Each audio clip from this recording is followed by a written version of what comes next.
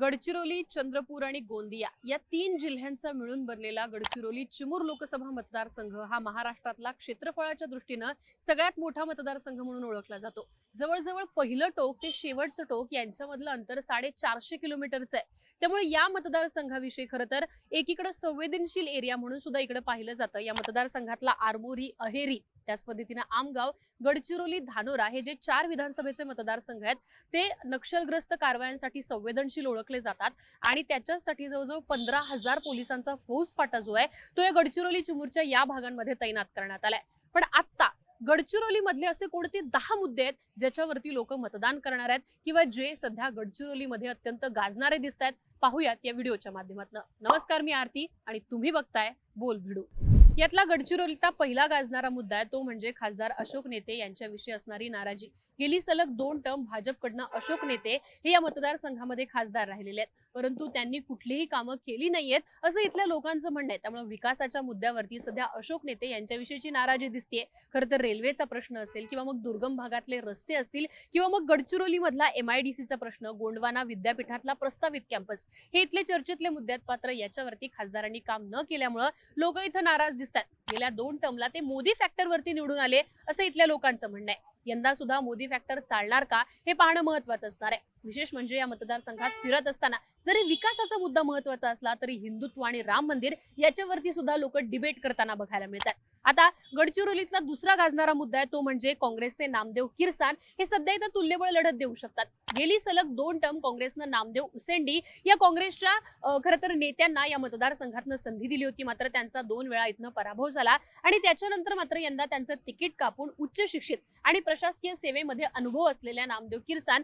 यांना इथं संधी देण्यात आली। नामदेव किरसान यांच्याविषयीची एक विशेष गोष्ट सांगायची ती म्हणजे राहुल गांधींच्या भारत जोडो यात्रेआधी किरसान यांनी गडचिरोलीमध्ये एक पदयात्रा काढली होती आणि ज्याच्या माध्यमातून त्यांच्या उमेदवारीला कसा प्रतिसाद मिळेल, लोकांशी त्यांचा कनेक्ट आहे का याविषयी त्यांनी माहिती घेतली होती आणि त्याच्यानंतरच त्यांना उमेदवारी जी ती देण्यात आल्याचं समजतंय। आता खरं तर यातली महत्त्वाची गोष्ट म्हणजे त्यांनी सुद्धा गेल्या काही वर्षांमध्ये मतदारसंघ पिंजून काढलेला आहे। लोकांची सामाजिक दृष्ट्या ते कनेक्टेड आहेत। प्रशासकीय सेवेतल्या अनुभवामुळे त्यांची लोकांशी संपर्क असण्याची जी शैली आहे त्याचं सुद्धा कौतुक होताना दिसतंय। त्यामुळे जरी नौखे असले नामदेव किरसान तरी सुद्धा ते या ठिकाणी भाजपच्या अशोक नेतेंना तुल्यबळ लढत देतील असं म्हटलं जातंय। आता येतो यातला तिसरा मुद्दा तो म्हणजे राहुल गांधी किंवा मोदींपेक्षा गडचिरोलीत स्थानिक मुद्दे जे आहेत ते खूप महत्त्वाचे आहेत। खरं तर या लोकांमध्ये राहुल गांधी किंवा मोदींविषयीची जी क्रेज आहे ती कमी बघायला मिळते, परंतु इथले जे स्थानिक प्रश्न आहेत, मग रोजगार असेल, उद्योगधंदे येत नाहीत, इथं याविषयी लोक जास्त बोलताना दिसतात। म्हणजे आता आम्ही जे वडसा गावामध्ये फिरलो तिथला विकास जो आहे तो बघता, गडचिरोलीचा विकास बघता इतर दुर्गम भागाचा विकास का झाला नाहीये हा लोकांचा मुख्य प्रश्न आहे। त्याच पद्धतीने वडसापासून गडचिरोली जाणारा जो रेल्वे ट्रॅक आहे त्याचं काम गेल्या 5 वर्षांमध्ये पुढे का गेलं नाही ही लोकांची समस्या जी आहे ती आपल्याला पाहायला मिळते। या भागामध्ये धर्मराव बाबा आत्राम असतील किंवा विजय वडेट्टीवार असतील यांच्यासारखे मोठे नेते होऊन सुद्धा नागपूर सारखा विकास गडचिरोलीत का होत नाही हा गडचिरोलीच्या लोकांचा प्रमुख प्रश्न आहे। खरं तर या मतदारसंघातनं अशोक नेते यांच्यासाठी भाजपनं जोरदार प्रचार यंत्रणा कामाला लावली आहे, मात्र काही लोकांची अशी इच्छा आहे की या मतदारसंघात परिवर्तन सुद्धा व्हावं। आता गडचिरोली चिमूर मधला चौथा गाजणारा मुद्दा असू शकतो तो म्हणजे मोदी फॅक्टर जो आहे किंवा मोदींची जी संयुक्त सभा झाली होती ती इथं किती वर्कआउट होते हे पाहणं इंटरेस्टिंग असणार आहे।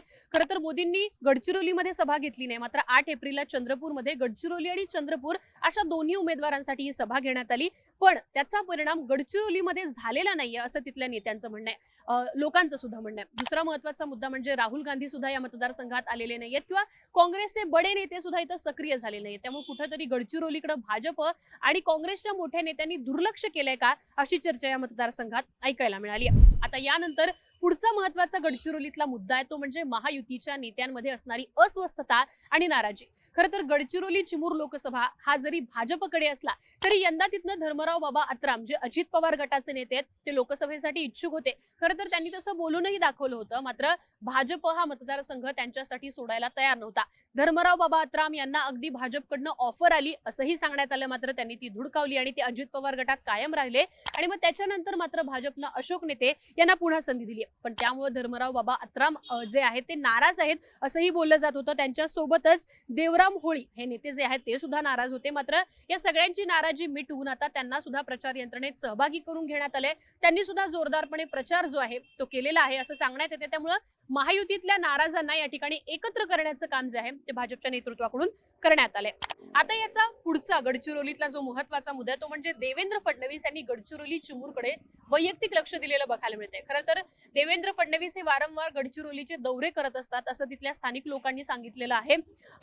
शासन आपल्या दारी हा जो कार्यक्रम झाला होता त्याची महाराष्ट्रातली सुरुवात ही फडणवीसांच्या आग्रहाखातर गडचिरोलीमधून घेण्यात आली होती।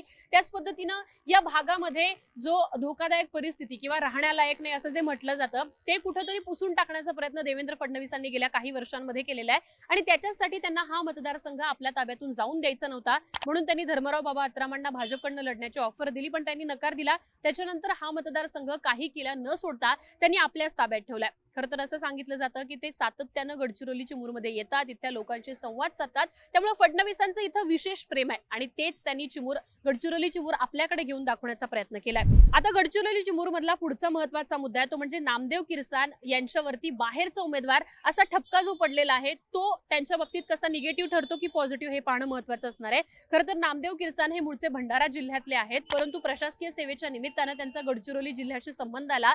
त्यानंतर त्यांनी आपला कनेक्ट या मतदारसंघात वाढवला आणि ते उमेदवारीची तयारी करत होते, परंतु भाजपच्या कार्यकर्त्यांकडून ते बाहेरचे आहेत म्हणून त्यांचा जो आहे तो प्रचार केला जातोय आणि त्यामुळे स्थानिक विरुद्ध बाहेरचा हा मुद्दा सुद्धा या मतदारसंघामध्ये अत्यंत महत्त्वाचा ठरलाय। आता इथं पुढचा मुद्दा महत्त्वाचा आहे तो म्हणजे वंचित बहुजन आघाडीचा उमेदवार इथं प्रभावी ठरणार नाही असं म्हटलं जात आहे। खरं तर इथं या मतदारसंघामध्ये बसपाचा उमेदवार जो आहे तो चांगलं मतदान घेत होता, तो प्रभावी ठरत होता, पण त्यानंतर काही वर्षांमध्ये वंचितने ही जागा घेतलेली आहे। गेल्या लोकसभेला इथं वंचितच्या उमेदवारानं 1 लाखांपेक्षा जास्त मतं घेतली होती, मात्र यंदा वंचितनं हितेश मडावी या गौंड समाजातून येणाऱ्या व्यक्तीला इथं उमेदवारी दिली आहे पण ती प्रभावी ठरणार नाहीये असं म्हटलं जाते। मात्र असं सांगतात की नवबौद्ध समाजाची मतं ही वंचितला मिळू शकतात, त्यामुळे वंचित फॅक्टर इथं नेमका कसा वर्कआउट होतो हे पाहणे इंटरेस्टिंग असणार आहे। आता यानंतरचा आपला 9वा यातला महत्त्वाचा मुद्दा तो म्हणजे विजय वडेट्टीवार हे चंद्रपूर सोडून गडचिरोली जास्त सक्रिय झालेत। खरं तर विजय वडेट्टीवार हे मूळचे गडचिरोली चिमूर या लोकसभा मतदारसंघातच त्यांचा विधानसभेचा मतदारसंघ आहे, मात्र तो राखीव असल्यामुळे त्यांचं ध्येय जे होतं ते चंद्रपूर लोकसभेचं होतं, पण चंद्रपूर लोकसभेतनं त्यांच्या कन्येला किंवा त्यांना उमेदवारी इथं मिळाली नाहीये, त्यामुळे त्यांनी आपलं लक्ष आपल्या होम ग्राउंड वरती म्हणजे गडचिरोली चिमूरवरती फोकस केले असं दिसतंय आणि वडेट्टीवार यांचा ब्रह्मपुरी हा विधानसभा तिथंच येतो, त्यामुळे वडेट्टीवारांचं सक्रिय होणं जे आहे ते भाजपला कदाचित जड जाऊ शकतं असं सुद्धा सांगण्यात येते। कारण आता जर त्यांनी काँग्रेसच्या उमेदवाराचं चांगलं काम केलं तर निश्चितपणे त्यांना विधानसभेला इथनं फायदा होऊ शकतो। आता गडचिरोली चिमूर मधला शेवटचा आणि 10वा पॉइंट आहे तो म्हणजे इथं जातीय समीकरणं जी आहेत ती प्रभावी ठरणार नाहीत असं म्हटलं जाते। खरं तर गडचिरोली मतदारसंघ जो आहे तो अनुसूचित जमातींसाठी राखीव आहे म्हणजे एसटी राखीव आहे। इथं 33% लोक आदिवासी आहेत, नामदेव किरसान हे हलबा आदिवासी आहेत तर अशोक नेते हे गोंड आदिवासी आहेत। हलबा आदिवासी लोकांचं प्रमाण गडचिरोलीमध्ये कमी आहे। मागच्या काही दिवसांपासून नामदेव किरसान हे हलबा आदिवासी असल्यामुळे त्यांना कमी मतं मिळतील असं म्हटलं जात होतं, पण एवढ्या आदिवासी लोकांमध्ये जातीय राजकारणाचा मुद्दा प्रभावी नाहीये असं सांगितलं जातं। त्यामुळे थोडक्यात गडचिरोलीमध्ये जातीय किंवा बाकी कुठल्याही फॅक्टरपेक्षा विकासाचा मुद्दा जो आहे तो कदाचित महत्त्वपूर्ण ठरू शकतो। एकंदर गडचिरोली चिमूर या लोकसभा मतदारसंघात राहुल गांधी, मोदी किंवा हिंदुत्वाचा फॅक्टर प्रभावी ठरण्यापेक्षा स्थानिक मुद्दे, लोक आमच्यासाठी काम करत नाहीत, नेत्यांनी आमच्याकडे आलं पाहिजे, कामं केली पाहिजेत, या मुद्द्यावरती ही निवडणूक गाजणार हे स्पष्ट आहे। थोडक्यात इथं काटेकी टक्कर होणार आहे हे सुद्धा चित्र अगदी स्पष्टपणे दिसतंय। आता बघूयात की 4 जूनला इथला निकाल नेमका काय लागतो ते।